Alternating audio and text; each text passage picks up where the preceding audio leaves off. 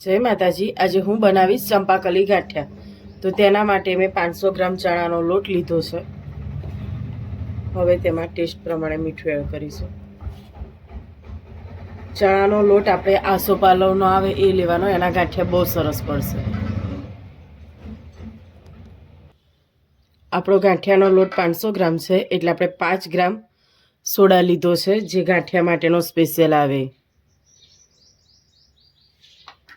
હવે 50 ગ્રામ આપણે તેલ લઈશું। તો 15 ml નું માપ છે, એ 3 અને ઓલા 1 લઈશું એટલે 5 થઈ જશે। 15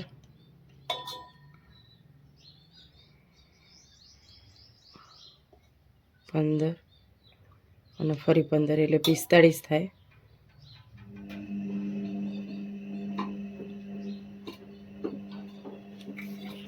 અને બીજું 5 ml જેટલું,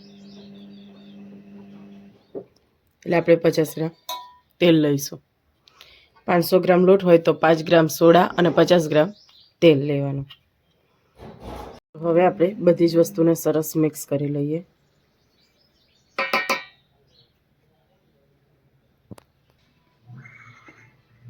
હાથ વડે આપણે બધી જ વસ્તુ સરસ મિક્સ કરી લઈશું, સોડા, તેલ અને મીઠું બધું।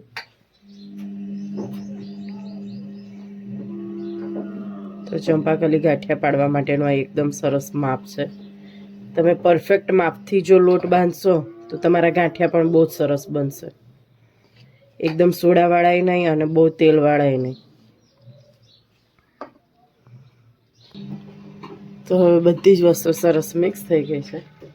થોડું થોડું પાણી એડ કરી અને આપણે લોટ બાંધી લઈશું। અત્યારે આપણે લોટ બાંધીએ ત્યારે બહુ કઠણે નહીં અને બહુ ઢીલોય નહીં એવો બાંધવાનો, એટલે થોડું થોડું પાણી એડ કરવાનું।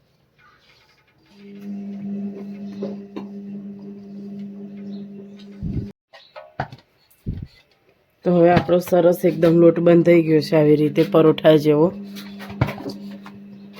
લોટને આમ થોડોક કસણ અને એકદમ સરસ બાંધી લીધો છે।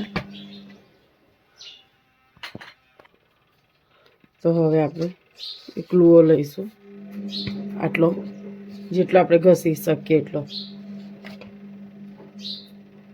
તેમાં ખાડો કરી ને થોડું થોડું પાણી એડ કરી અને આપણે તેને સરસ ફીણી લઈએ।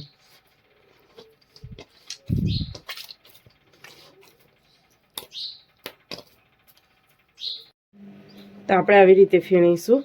આવી રીતે ફીણવાથી આ બંને કલર અલગ અલગ થઈ જાય ત્યાં સુધી ફીણવાનો, એકદમ સરસ વ્હાઈટ લોટ થાય ત્યાં સુધી।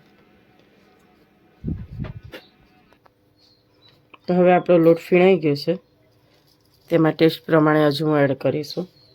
અજમાને આપણે છેલ્લે જ એડ કરવાનો, નહીંતર કાળો પડી જશે, શ્યામ લોટ થઈ જાય એટલે। તો હવે આપણે ગાંઠિયા પાડી લઈએ। તો જ્યારે લોટ લઈએ ત્યારે હાથ થોડો પાણીથી ભીનો કરી અને આવી રીતે બધો જ લોટ લઈ લેવાનો, નહીંતર હાથમાં લોટ ચોંટશે। માટે આવી રીતે પાણીથી ભીનો કરી અને પછી લઈ લઈશું।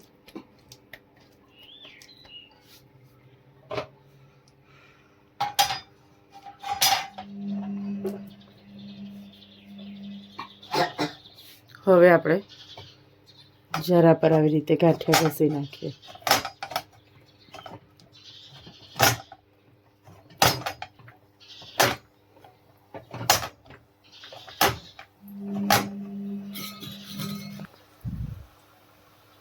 તો હવે સરસ ગાંઠિયા પાડી લીધા છે આપણે, ત્યારે તૈયારીમાં જ આપણે ચમચા વડે હલાવી લઈશું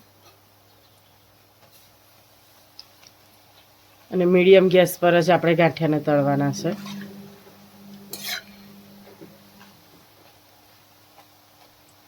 માટે આવી રીતે દબાવીશું એટલે સરસ એકદમ ધીમો ગેસ રાખી અને તળીશું એટલે ઉપરથી ક્રિસ્પી અને અંદરથી એકદમ સરસ પોચા થાય એવા ક્રિસ્પી। આવી રીતે આપણા ગાંઠિયા સરસ ખખડી જાય, તળાઈ ગયા છે। તો આપણે બધા જ ગાંઠિયા આવી રીતે સરસ તળી લઈએ।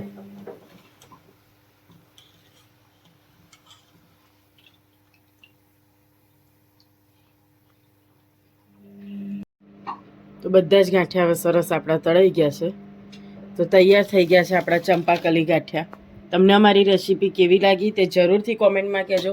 જો અમારો વિડીયો ગમ્યો હોય તો તમે ફેમિલી ગ્રુપમાં શેર કરજો.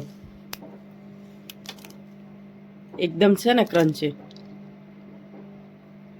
અમારો વિડીયો લાઈક કરો, શેર કરો અને સબસ્ક્રાઈબ કરો. જય માતાજી.